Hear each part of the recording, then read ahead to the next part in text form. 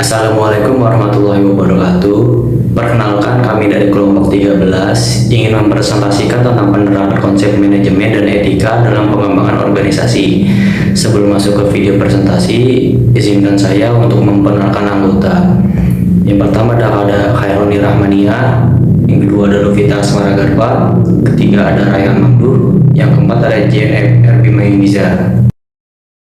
Tujuan diterapkannya manajemen dan etika dalam pengembangan organisasi adalah untuk memahami konsep dasar manajemen, teori manajemen, serta penerapannya dalam organisasi bisnis dan non-bisnis dengan mengedepankan etika, tanggung jawab sosial, dan inovasi.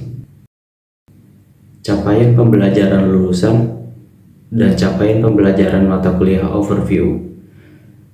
Lulusan diharapkan mampu bekerja sama, peka terhadap sosial, bertanggung jawab atas pekerjaan, serta mampu menerapkan manajemen di berbagai jenis organisasi.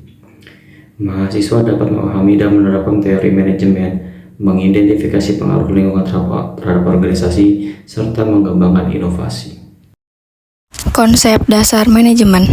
Manajemen adalah proses yang melibatkan perencanaan, perorganisasian, pengarahan, dan pengawalan sumber daya, terutama manusia, untuk mencapai tujuan organisasi secara efektif dan efisien. Definisi lain menyebut manajemen sebagai seni atau ilmu dalam mengelola sumber daya guna mencapai hasil yang diinginkan. Tujuan manajemen secara ringkas adalah: yang pertama, mencapai tujuan organisasi dengan cara yang efektif dan efisien. Yang kedua, melaksanakan dan mengevaluasi strategi agar sesuai dengan rencana dan target yang telah ditetapkan. Yang ketiga, menilai kinerja dan melakukan pengawasan untuk memastikan proses berjalan sesuai jalur. Yang keempat, melakukan peninjauan dan penyesuaian strategi jika terjadi kendala atau perubahan situasi. Yang kelima, meningkatkan produktivitas dan efisiensi dalam menggunakan sumber daya. Yang keenam, mengelola seluruh aspek organisasi untuk mencapai hasil optimal dan kebersihan usaha. Komponen dasar. Komponen dasar manajemen terdiri dari beberapa elemen utama yang saling terkait untuk mengelola sumber daya dan proses agar tujuan organisasi tercapai secara efektif dan efisien. Komponen dasar tersebut meliputi perencanaan atau planning, menetapkan tujuan dan merancang langkah-langkah yang harus dilakukan untuk mencapai tujuan tersebut. Perencanaan mencakup penentuan strategi, pengalokasian sumber daya, serta menjadwalan aktivitas. Yang kedua, perorganisasian atau organizing, mengatur dan mengelompokkan sumber daya, terutama manusia, ke dalam struktur yang sesuai dengan tugas dan tanggung jawabnya agar pekerjaan dapat berjalan lancar tanpa tumpang tindih. Yang ketiga, pengarahan atau directing, memberikan arahan, motivasi, dan komunikasi kepada anggota organisasi agar mereka dapat melaksanakan tugas sesuai rencana dan tujuan yang telah ditetapkan. Yang terakhir, pengendalian atau controlling, memantau dan mengevaluasi pelaksanaan kegiatan untuk memastikan semuanya berjalan sesuai rencana, serta melakukan koreksi jika terjadi penyimpangan. Perkembangan teori manajemen. Yang pertama, teori klasik. Fokus utama teori ini adalah pada struktur organisasi dan efisiensi kerja. Contoh tokoh yang terkenal dalam teori ini adalah Frederick Taylor. Teori klasik menekankan pentingnya pembagian kerja yang jelas, hierarki yang tegas, serta aturan dan prosedur yang baku untuk meningkatkan produktivitas dan efisiensi organisasi. Yang kedua, teori kontingensi. Teori ini berpendapat bahwa tidak ada satu pendekatan manajerial yang paling tepat untuk semua organisasi. Keputusan manajerial harus disesuaikan dengan situasi dan kondisi spesifik organisasi, seperti lingkungan, teknologi, dan karakteristik karyawan. Dengan kata lain, efektivitas manajemen sangat tergantung pada konteks dan variabel-variabel yang ada. Yang ketiga, teori kontemporer. Teori ini menyoroti pentingnya inovasi, perubahan, dan dinamika dalam organisasi. Organisasi harus mampu beradaptasi dengan lingkungan yang selalu berubah melalui inovasi dan pembaruan berkelanjutan. Fokusnya adalah pada fleksibilitas pembelajaran organisasi dan pengelolaan perubahan agar organisasi tetap relevan dan kompetitif. Yang keempat, teori perilaku. Teori ini menekankan pentingnya hubungan manusia dalam organisasi. Fokusnya adalah pada perilaku individu dan kelompok di tempat kerja serta bagaimana motivasi kepemimpinan, komunikasi, dan dinamika kelompok memengaruhi kinerja organisasi. Tokoh terkenal dalam teori ini antara lain Elton Mayo dengan eksperimen Hawthorne-nya yang menunjukkan bahwa perhatian terhadap kebutuhan sosial karyawan dapat meningkatkan produktivitas. Yang kelima, teori sistem. Teori ini melihat organisasi sebagai suatu sistem yang terintegrasi. Organisasi terdiri dari berbagai bagian yang saling terkait dan bekerja bersama untuk mencapai tujuan bersama. Pendekatan ini menekankan pentingnya sinergi, koordinasi, dan interaksi antara bagian-bagian dalam organisasi maupun dengan lingkungan eksternal. Keterampilan manajerial. Yang pertama, keterampilan teknis. Keterampilan teknis adalah keahlian khusus dalam melakukan pekerjaan tertentu.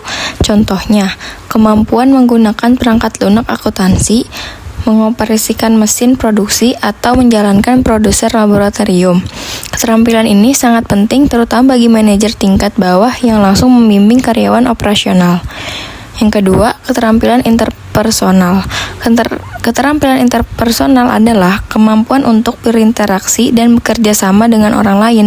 Ini mencakup komunikasi yang efektif, kemampuan membangun hubungan, memotivasi dan memahami kebutuhan, serta perasaan rekan kerja atau bawahan. Keterampilan ini sangat penting di semua tingkatan manajemen karena manajer harus mampu membangun tim yang solid dan harmonis. Yang ketiga, keterampilan konseptual. Keterampilan konseptual adalah kemampuan untuk melihat organisasi secara menyeluruh.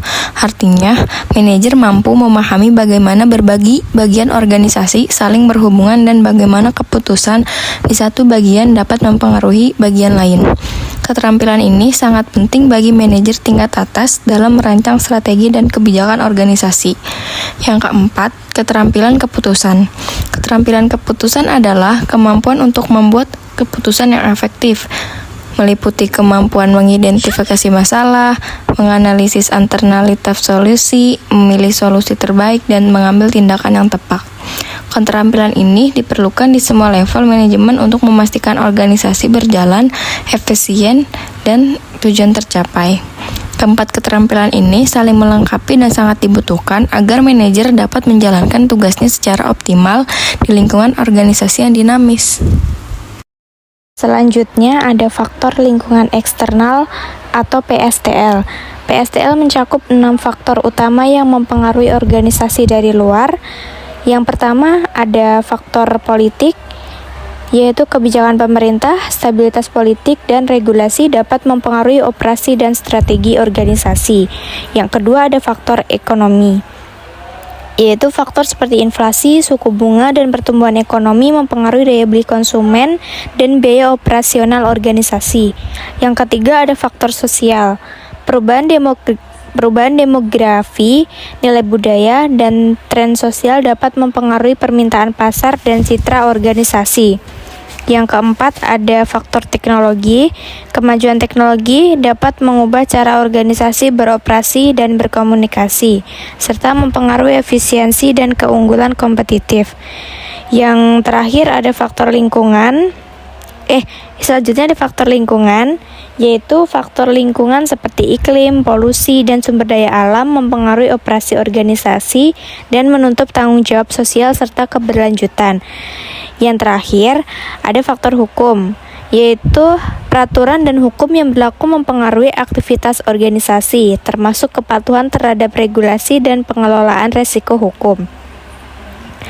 Terus ada faktor lingkungan internalnya, itu mencakup elemen-elemen yang berada dalam kendali organisasi. Yang pertama ada struktur organisasi, ada pembagian tugas, wewenang, dan arus kerja yang menentukan bagaimana organisasi diorganisasi dan beroperasi. Yang kedua ada budaya organisasi, ada pola keyakinan, nilai, dan norma yang dibagikan oleh anggota organisasi mempengaruhi perilaku dan kinerja karyawan. Yang terakhir ada sumber daya manusia, karyawan dengan pengalaman, kemampuan, dan keahlian yang menjadi aset penting bagi organisasi dalam mencapai tujuannya. Selanjutnya ada pengaruh lingkungan terhadap organisasi. Jadi organisasi harus mampu beradaptasi dengan perubahan lingkungan eksternal dan internal untuk tetap kompetitif dan relevan. Analisis PSTL membantu organisasi mengidentifikasi faktor-faktor eksternal yang dapat mempengaruhi operasi mereka. Sementara pemahaman terhadap lingkungan internal memungkinkan organisasi untuk memanfaatkan kekuatan dan mengatasi kelemahan mereka. Dengan memahami dan mengelola faktor-faktor lingkungan ini, organisasi dapat mengambil langkah-langkah strategis yang tepat untuk mencapai kesuksesan jangka panjang. Nah, slide selanjutnya ada etika dan tanggung jawab sosial perusahaan atau CSR. Etika bisnis adalah prinsip moral dan standar perilaku yang mengarahkan keputusan serta tindakan dalam dunia usaha. Etika ini mencakup kejujuran, integritas, keadilan, dan tanggung jawab terhadap berbagai pemangku kepentingan seperti karyawan, pelanggan, pemegang saham, serta masyarakat luas. Penerapan etika bisnis membantu perusahaan membangun reputasi yang baik dan meningkatkan kepercayaan publik yang pada akhirnya dapat mendukung keberlanjutan bisnis. Terus ada Corporate Social Responsibility atau CSR adalah komitmen perusahaan untuk berkontribusi pada pembangunan ekonomi berkelanjutan dengan memperhatikan tanggung jawab terhadap masyarakat dan lingkungan, baik secara langsung maupun tidak langsung. CSR mencakup berbagai inisiatif yang bertujuan memberikan manfaat sosial dan lingkungan yang positif, seperti program keberlanjutan, pengurangan jejak karbon, dan pemberdayaan masyarakat. Selanjutnya ada contoh praktik CSR. Ada contoh nyata dari implementasi CSR oleh perusahaan, meliputi yang pertama ada program keberlanjutan, yaitu mengadopsi praktik bisnis yang ramah lingkungan, seperti penggunaan energi terbarukan dan pengelolaan limbah yang efisien. Yang kedua ada pengurangan jejak karbon, yaitu mengurangi emisi gas rumah kaca melalui efisiensi operasional dan investasi dalam teknologi hijau. Yang terakhir ada pemberdayaan masyarakat, yaitu menyelenggarakan pelatihan keterampilan, mendukung pendidikan, dan memberikan bantuan kepada komunitas lokal. Jadi praktik-praktik ini tidak hanya memberikan dampak positif bagi masyarakat dan lingkungan, tetapi juga dapat meningkatkan citra perusahaan dan memperkuat hubungan dengan pemangku kepentingan.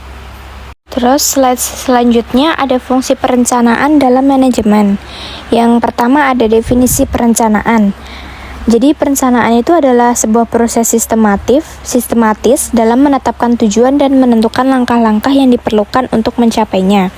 Menurut Coons dan O'Donnell, perencanaan merupakan fungsi manajerial yang melibatkan pemilihan tujuan, kebijakan, prosedur, dan program dari berbagai alternatif yang tersedia.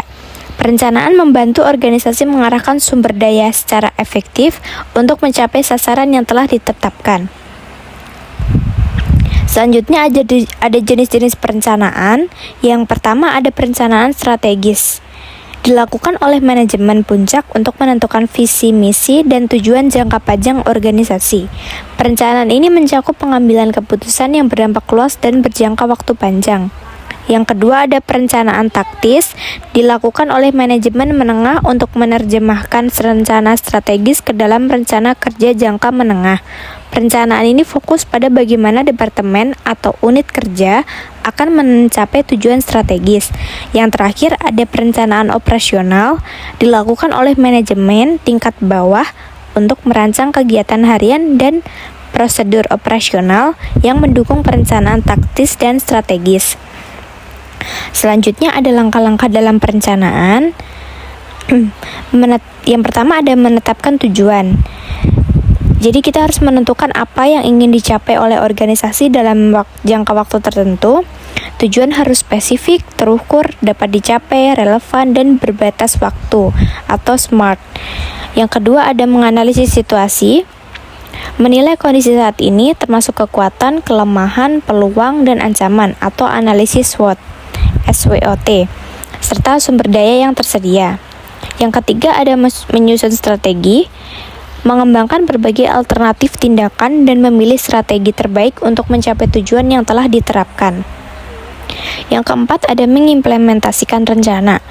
Melaksanakan strategi yang telah dipilih melalui pengorganisasian sumber daya dan pengarahan kegiatan. Terus yang terakhir ada mengontrol hasil, yaitu memantau dan mengevaluasi hasil yang dicapai dibandingkan dengan tujuan yang telah ditetapkan, serta melakukan penyesuaian jika diperlukan. Selanjutnya saya akan menjelaskan langkah-langkah dalam pengambilan keputusan. Definisi pengambilan keputusan yaitu proses memilih solusi terbaik di antara berbagai alternatif yang tersedia dengan tujuan menyelesaikan masalah atau mencapai tujuan tertentu. Langkah-langkah dalam pengambilan keputusan yang pertama itu identifikasi masalah. Langkah pertama adalah memahami dan mendefinisikan masalah dengan jelas. Tanpa identifikasi masalah yang akurat, keputusan yang diambil bisa keliru. Yang kedua, mengumpulkan informasi, yaitu menghimpun data dan fakta yang relevan dengan masalah. Informasi ini menjadi dasar dalam menilai berbagai alternatif solusi yang mungkin. Yang ketiga, menilai alternatif solusi, yaitu menganalisis kelebihan dan kekurangan dari setiap alternatif. Pertimbangan ini meliputi faktor risiko, biaya, manfaat, dan dampak jangka panjang. Yang keempat, memilih solusi terbaik. Berdasarkan hasil penilaian, dipilihlah solusi yang paling efektif dan efisien dalam menyelesaikan masalah atau mencapai tujuan. Yang kelima, mengimplementasikan keputusan, yaitu menyusun rencana tindakan dan melaksanakan keputusan yang telah diambil, termasuk mengalokasikan sumber daya yang diperlukan. Yang keenam, yaitu mengevaluasi hasil keputusan. Setelah implementasi, perlu dilakukan evaluasi untuk menilai apakah keputusan tersebut memberikan hasil yang diharapkan. Jika tidak, perlu dipertimbangkan langkah perbaikan. Selanjutnya, ada fungsi pengorganisasian. Definisi pengorganisasian yaitu proses mengatur sumber daya untuk melaksanakan rencana dan mencapai tujuan.